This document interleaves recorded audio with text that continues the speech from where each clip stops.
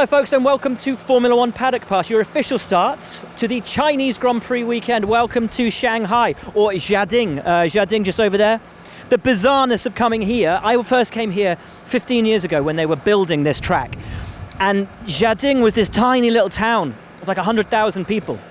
A very historic town as well. And you can see the high-rise buildings down there. If you take all the start shots over the years we've been coming here, it's like Tetris in the background, where once there was nothing, buildings all filled up in the background. It's amazing, it's astonishing. That city now of Jiading, we believe almost 2 million people live there. It's just incredible to see the growth, the development in this area that's all been based around this track being built here and neighbouring Anting. Anyway, that's a little history lesson. Welcome to the Grand Prix of China, the Chinese Grand Prix. Great race last time out in Bahrain. Of course, Sebastian Vettel, a race winner, having to hold on to those tyres. He thought he was going to two-stop. In the end, they forced him to do a one-stopper. How he looked after those softs all the way to the end, I don't think even he knows. But it was a great race, so exciting, moves the length and breadth of the field, and some real standout performances. We're going to talk to a lot of the guys that had those standout performances. But we start, let's turn around. Down here at Toro Rosso, the boys limbering up, need to be on their A-game because their lead driver, Pierre Gasly, certainly was on his A-game last time out. Qualified 5th, finished 4th, a brilliant result for the young Frenchman, equaling Toro Rosso's, well, not their best ever result because they won the Italian Grand Prix back in 2008, but one of their best ever results, coming home in 4th place. Much needed points, and crucially, at this early stage of the Toro Rosso-Honda relationship, really showing the potential that exists in that package. Congratulations again on a brilliant race in Bahrain. The upgrade obviously helped matters hugely. How confident are you that what worked so well in Bahrain will also work here? That's a really good question. We know the performance in Bahrain was fantastic, but we don't know if the performance is going to be similar. Here it's different track, very different temperatures. So we actually have some questions about our potential, because Melbourne was difficult for us and then Bahrain was fantastic. So we still struggle to really understand where we are, but yeah, hopefully it's going to work as much as in Bahrain. Your teammates struggled in the past 2 Grand Prix. Obviously, this new relationship with Honda, how important is it that both of you are performing at a high level? And is there anything you can do, or have you just got to think about yourself? Of course, as a racing driver, you need to be quite selfish and think about yourself. But I think Brendon didn't really show his full potential, even though on the pure result, it seems like he struggled a bit. I think it was definitely competitive, just quite unlucky with some penalties and some unlucky situations. So I expect him to be in the fight because he's fast and he's going to be competitive when it's everything will come his way. But no, definitely it's important for us to have both cars in the fight, and most important is just to be competitive. And at the moment we've done only 2 races and still a lot of things we don't really know about our pure potential compared to the others, but we know that if we do everything right, like in Bahrain, we can be really competitive. A week ago you said you hadn't shaved because it was lucky, then you had a really good weekend, and now you're shaved. Is that a bad sign? We'll find out soon. It's risky. Yeah, it's risky, but no, I had to try. So good to hear from Pierre. The reason I asked about Brendon Hartley is he seems quite down at the moment, like he's really giving himself a bit of a kicking. 2 races in a row, 2 first lap mistakes. Of course, he flat spotted his tyres in Australia, ruined his race because he had to pit stop, 2-stop for that race, which was only supposed to be a 1-stopper, and like Davide, and he's put me off now. And next time out in Bahrain, of course, he hit Perez on that opening lap, ended up getting a penalty for that. We'll go into that a little bit later. But he's already kicking himself. Apparently Helmut Marko's already been on the phone, telling him he needs to up his game. And this is a guy who's already been kicked out of the Red Bull program once. He knows when those phone calls start to come in, what the ultimate result of those phone calls is. So if he's feeling the pressure, you can understand why. Now, Pierre Gasly, at the end of the race, last time out, made a bit of a cheeky comment. He said, now we can fight, over the radio. Of course, mimicking Fernando Alonso and what Fernando said at the start of this season, now that they've got a Renault power unit in the back of their car rather than the Honda. Spanish fans didn't take too kindly to that, thought that Pierre was taking the mick a little bit. He was, but he was trying to make the point that he was proud of Honda and what they'd done, and kind of batting it back towards Fernando Alonso, as he told us. Well, he didn't tell us, actually, because that wasn't on that. He told somebody else in the pen. He said it was a yoke. Again, a little bit of a nice bit of needle between the drivers. Anyway, so down here to McLaren, who are third in the Constructors' Championship after the first 2 races of the season. Stoffel van Dorn, last at the end of lap 1 in Bahrain, came home in the points. A brilliant run from him, and as you're about to see, high on confidence coming here to China. Team's third in the Constructors' Championship. Could you have hoped to be so high up after testing? Well, I don't think it is very representative at the moment. We know as a team we've done pretty well in the first 2 races by being opportunistic, by staying out of trouble and scoring quite a few points. But we know there's still a lot of work to do, especially in qualifying. I think we need to definitely make a step forward. It's the 3rd race of the season, so this is another opportunity to work on that. Weather conditions look like might be a bit tricky this weekend, and we'll see. We just need to, at this stage of the year, we need to be opportunistic, stay out of trouble, and work on a good basis we have. You found yourself in last place on the first lap in Bahrain. A year ago, you wouldn't have been able to do much from there. How good did it feel that you were actually able to start passing people, move your way up into the points? Yeah, it felt great. We had a very good result in Bahrain, considering the position we were in after the first lap. We were last. We made a lot of overtakes on track, and that felt very nice. To have this competitiveness in the race. I think we always knew that our race pace was quicker than the qualifying pace, but to really transform that into points was a great achievement. Now, have you seen F1 Power Rankings on F1.com? If not, you should go and check them out. It is the F1.com rating system, top 10 drivers each week based on cumulative performance over last couple of races. And at number 1, as he was in Australia, followed up that Australian performance with a brilliant performance last time out, finishing 5th in Bahrain, is Kevin Magnussen. As we were saying in Bahrain, the guy's chest is puffed out. Big smile on his face. The Dane is super high with confidence right now. Another great weekend performance in Bahrain. How happy are you with the direction the team's taken? And does it confirm the pace that you guys showed, not just in testing, but also in Australia? Yeah, I'm really happy about where we are, and the car that we've got is a good one. And we showed in testing that it was performing well there, but then we had some doubts whether it would be good in Australia and in other conditions than what we had in Barcelona, because it was very cold and the track had a new surface that put a question mark on everything. But then we came to Australia and then Bahrain and performed there as well. So it's really nice to see that the car is at least consistent on those tracks, and hopefully it will be consistent again here and the rest of the season. You've got a big smile on your face. Deservedly so. If the car is good here, does that pretty much mean you've got all bases covered? You've done street tracks, you've done a circuit like Bahrain, come here, which is another different style of circuit again. Is that everything covered then? I don't know. I think every circuit is different. You got, I think we've got some, at least from a tire perspective, a pretty wide range of conditions with Barcelona, Australia, Bahrain. So on that front, I think we have showed that we've made some progress in understanding the tires and the preparation of the tires. But then in terms of the car, we still have to go to a high-speed track like Baku or Monza, see if it's fast on the straight and on those kind of tracks, and low downforce configuration. Then we need to go to high-speed corners like Suzuka and Silverstone to see how it is there. There's still a lot of variables that we haven't tried yet, but I think generally it should be okay. And I think those first 2 races have showed that we do have a better car than we did last year. I've always liked that detail down here at Sauber. They've always done it. Swiss flag in the middle because they're a Swiss team, and then the flag either side of their drivers. I think they're the only team that does that. Anyway, all about the details. And particularly for a team down here that made such big changes to their car this year, something they're finally getting on top of. Marcus Ericsson, with probably his finest race in Formula One last time out in Bahrain, had to play the strategy perfectly. One stopper, made his tyres work, picked which battles to defend, which ones to fight.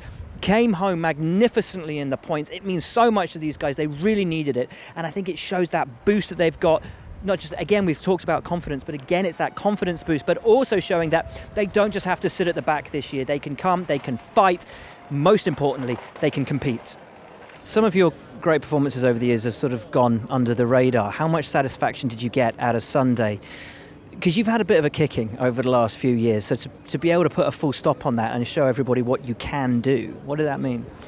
It's very nice, of course, to get some positive response. But like you said, I've had some really great races over the last few years. But it's difficult when you are in the worst car, because a great race from my side could have meant a P14 in the last few years or P12, and then it's difficult for people, or people don't really notice that. So in a way, it's a bit. I was a bit surprised how strong people have been positive about the result, because, like I said, I think I didn't learn to drive on Sunday in Bahrain. I've known how to drive for a long time, but it's been just difficult for me to show it in the cars I've been driving.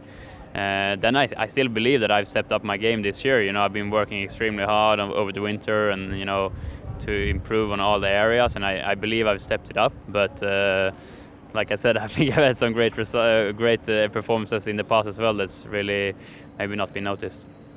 Now, Sauber, if they'd become used to kind of propping up the back end of the order, unfortunately it looks like that is something the Williams team is going to have to do this year. Neither driver happy with the car, neither driver really happy with the performance from it in the opening rounds. Particularly difficult, of course, for Sergei Sorokin, who is a Formula One rookie.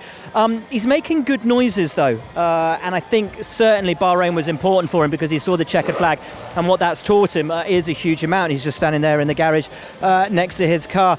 We caught up with him earlier at the start of what has been a difficult year for them, as they are now the only team, and okay, we're only 2 races into the season, but they're the only team yet to score a point in Formula One.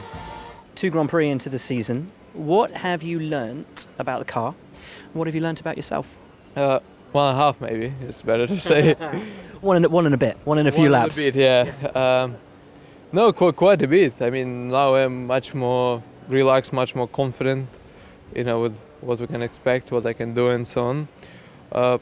Again, the weekend in Bahrain, everybody's asking me why it's so bad, why it's this and that. But me personally, I had long debriefs with the teams. I had a lot of notes and reports going over and over. And to be honest, the more I think, the more it makes me happy, to be honest.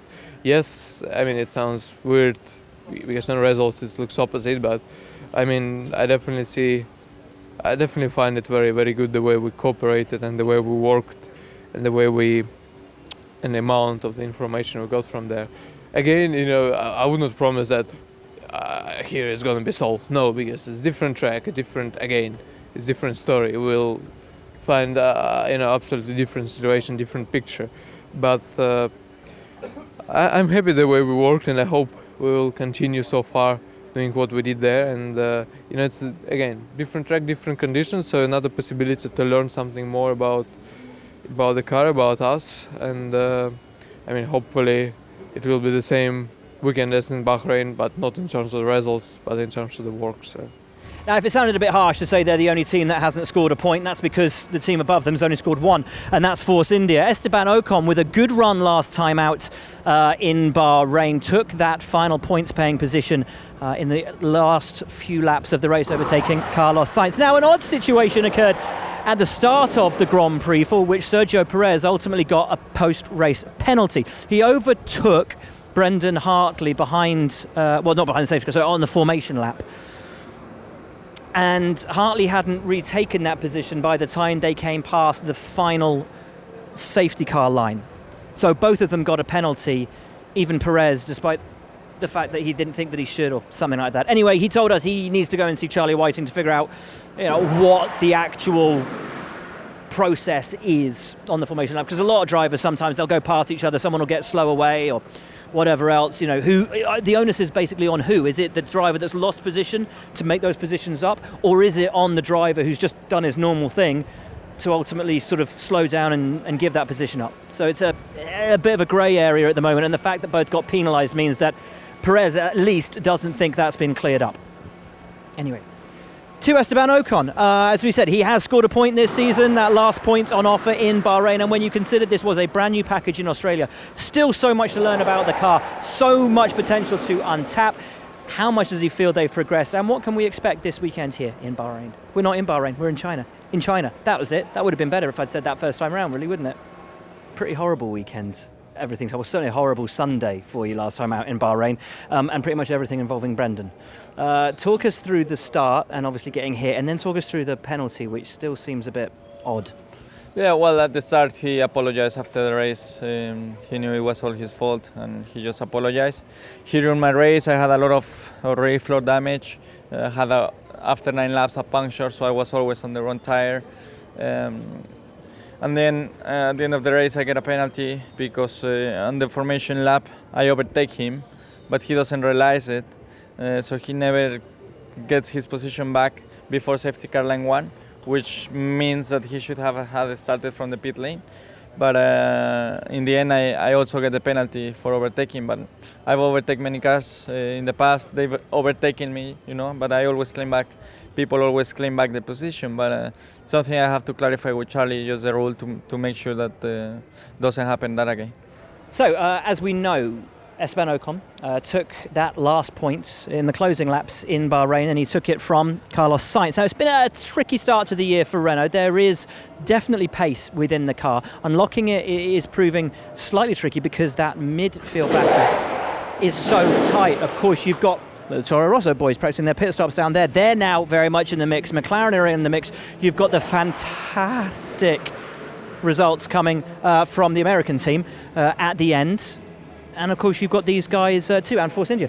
So, anyway, we talked to Carlos earlier about, how tough he's finding it to get on top of a car, which I think it's fair to say Nico Hülkenberg feels a little more at home in, and Carlos just needs to dial himself into the car a little bit more to extract the maximum from it, because as he himself admits, Australia was good, but Bahrain, he just wasn't quite there. Needs to get back on it this weekend on a circuit that he loves, get back on terms with Hülkenberg. Is it frustrating? I'm sure it is, but how frustrating to miss out on points a couple of laps from home? Yes, but it was just a point. I'm more frustrated by the fact that the pace during the whole weekend was never as close as it was in Australia, more than losing out on that last point. It's nice to get points for the team, especially in a race like Bahrain, but I'm more working on getting myself comfortable in the car as I was in Australia, being very fast throughout the whole quali than because then the rest just comes next. The points then is just a consequence of being comfortable. Where did that speed go? Is it that you have a comfort level in the car, and if you're comfortable in the car, you can adapt to any circuit? Yeah, I'm convinced that's a bit the case, but also Bahrain is a very particular track, very hard on the rear tires. We know our car is obviously quite difficult to stabilize under those circumstances and under those kind of corners there in Bahrain, and I probably struggled a bit too much, but it's something that it was not there in Australia, and in Australia I showed that whenever I'm comfortable I can be really fast, so let's get it back to there and start from there. And so to the sharp end, the three teams that have proven themselves to be the quickest so far for this season, and certainly the ones with the best chances of winning the Grand Prix. We come down here to Red Bull Racing. All of that potential in Bahrain ultimately came to naught. Both cars retired within the first 5 laps. Nothing Daniel Ricciardo could have done about his retirement. Arguably, was there something Max Verstappen could have done about his retirement? That contact with Lewis Hamilton and Lewis Hamilton's subsequent naughty words, shall we say, after the race have been a big point of discussion over the last 4 days. Did Max do anything wrong? Did he just fight, get his elbows out and do what Max Verstappen does, do what all racing drivers do, which is fight, attack, make a move, don't give an inch? I guess it depends which side of the fence you sit on, but what does Max think? We asked him about that contact, about the words afterwards. Yeah. Is it making a mountain out of a molehill, or does he think there's more to it? Here's Max. 2 talking points since the last Grand Prix seem to have been the contact between you and Lewis, and then what Lewis said in the cool-down room afterwards. Has too much been made out of both of those things? Yeah, but that's always like that. With a lot of little things or even big things, they always talk so much instead of just, go to the next race and we'll try again. Because at the end of the day, it's racing and those things can happen. And of course, also what Lewis said, that's after the heat of the moment, just taking your helmet off, I think it's quite normal.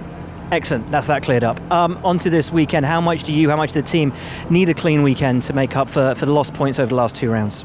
Yeah, of course, not an ideal start for the whole team, because our car is a lot better than where we are at the moment in terms of the championship. But sometimes it is like that. You have a tough start. Sometimes you can have a tough ending to a year as well. And that's at the end of the day racing as well. But of course now we need to try and extract everything we have in the car and to also show it in terms of results. So. How good is the package? A lot of people expected Red Bull to have the best race car on Sunday 1 week ago. I think we had a very good shot at it. Yeah.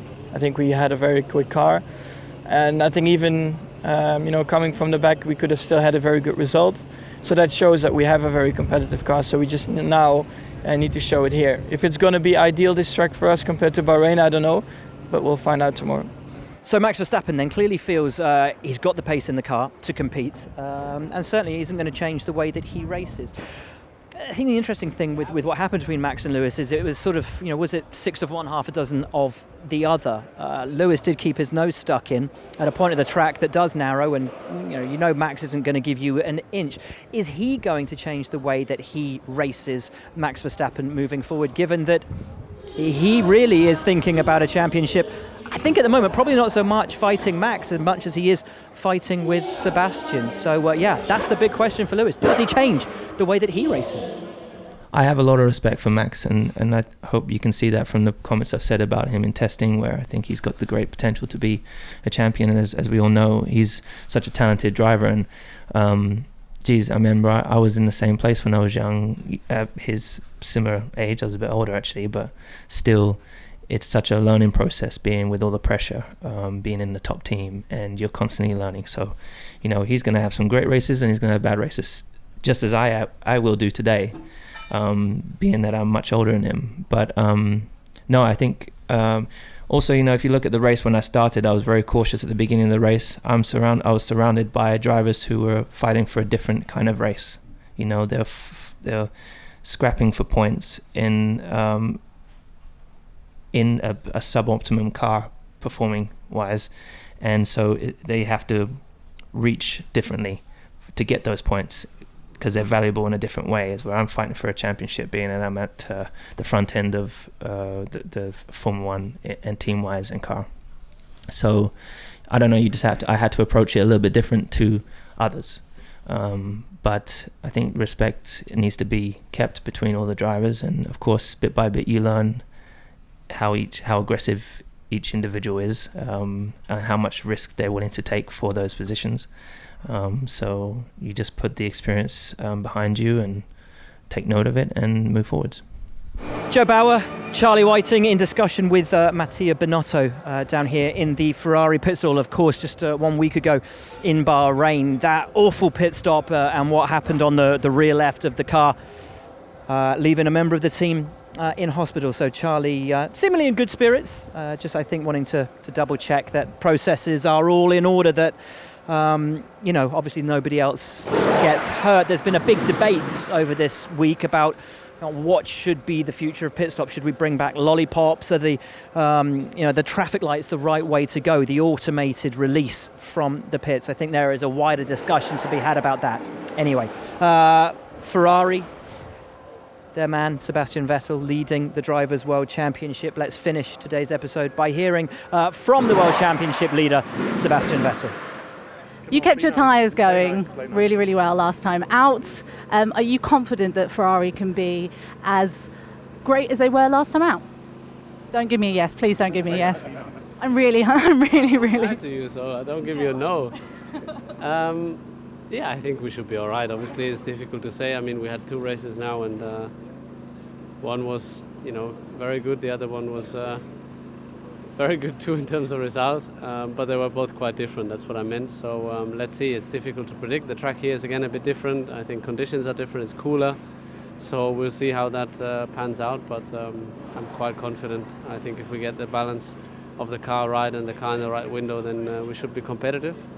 But how competitive, I don't know. We need to wait and see.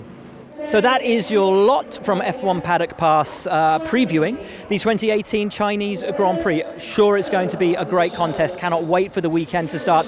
Rain is forecast for Friday, both practice sessions, morning and afternoon. Theoretically dry for the rest of the weekend, albeit cold and quite windy. Could be another great one. Really hope we get a race as good as we had in Bahrain. The omens look good, and cannot wait to see who comes out on top. For now, though, from us here in China, it's a very warm day.